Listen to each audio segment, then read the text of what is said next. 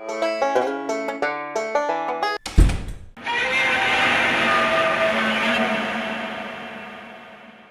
everybody, Yankee here. You know, one thing we do on this channel quite often is we poke a little fun at some of the more tactical tactics that some people believe in, or some of the tactical items they like to put on their guns that serve no actual purpose and could actually be a liability. We love to talk about those things, and we love to point out how ridiculous some of it is. Well, last night in the chat, a viewer pointed out something that they thought was very ridiculous. They said they saw a bayonet attachment for a shotgun. And they asked me, this is obviously a novelty, right? It's ridiculous. This would not make sense. Or would it? So today I want to address that. Does a bayonet on a rifle or a shotgun nowadays make any sense? Either for combat or personal defense? Anything you could think of. Well, first off, soldiers don't use bayonets anymore. You know, you just don't see that.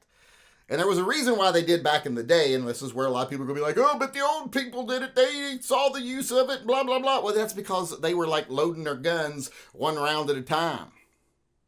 So once they fired, they had to reload that gun, and they might get rushed while they were doing that. So they had to have it to be able to defend themselves, you know, a little pig sticker.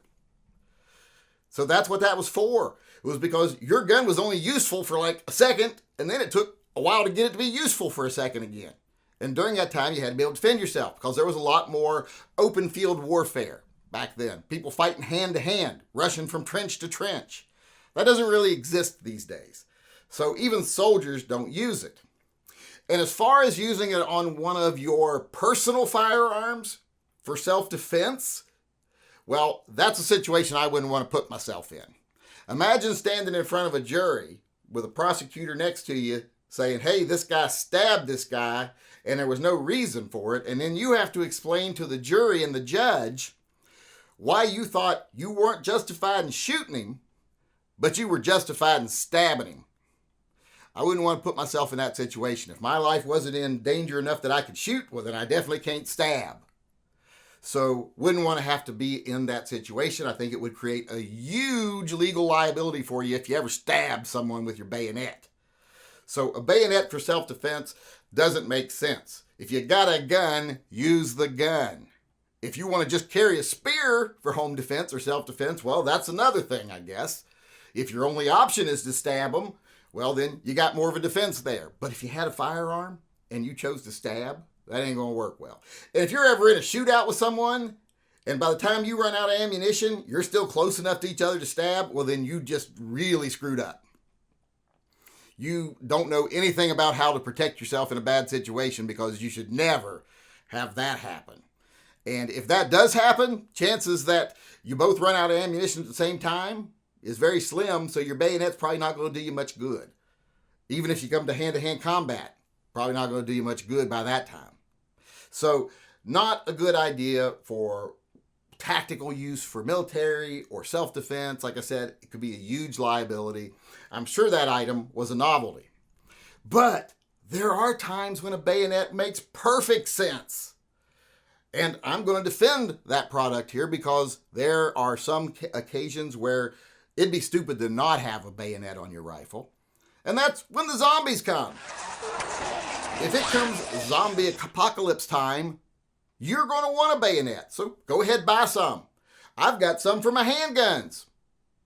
Definitely you want one for your rifles, because if you find yourself in the zombie apocalypse, you know, you got your AK, your AR, whatever, and you're clearing a building, like say, hey, we're going to camp in there for the night. We got to go and make sure there's no random zombies roaming around, you know, that don't have their own place to go to. And you're going to go in, well, you don't want to have to shoot each one you see, and you probably don't want to have to just rely on bludgeoning weapons or stabbing weapons in case there's a bunch of them and you might have to shoot your way out. Like you walk in and suddenly you're surrounded by 50 of them, you're going to want to have to be able to shoot your way out. You're not going to want to have to use a knife or a club, so you want your rifle. But if you get in there with your rifle and there's only 2 or 3, well, you're going to just want to go around and dispatch them. You're not going to want to have to make the noise of gunfire. So just stab, stab. Makes perfect sense in that case. Even on a handgun, even if you just got a handgun and you're like, okay, there's just one zombie, jab in the eye. And you don't have to pull the trigger. So they make perfect sense in the zombie apocalypse. So if you buy one of these, I doubt you're buying it for open warfare or even personal defense against other living human beings or other animals.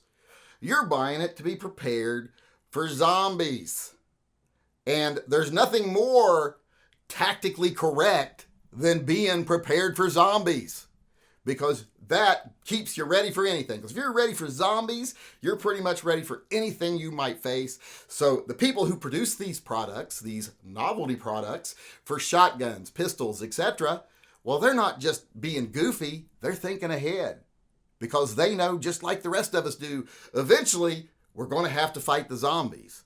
At least if the werewolves don't get us first.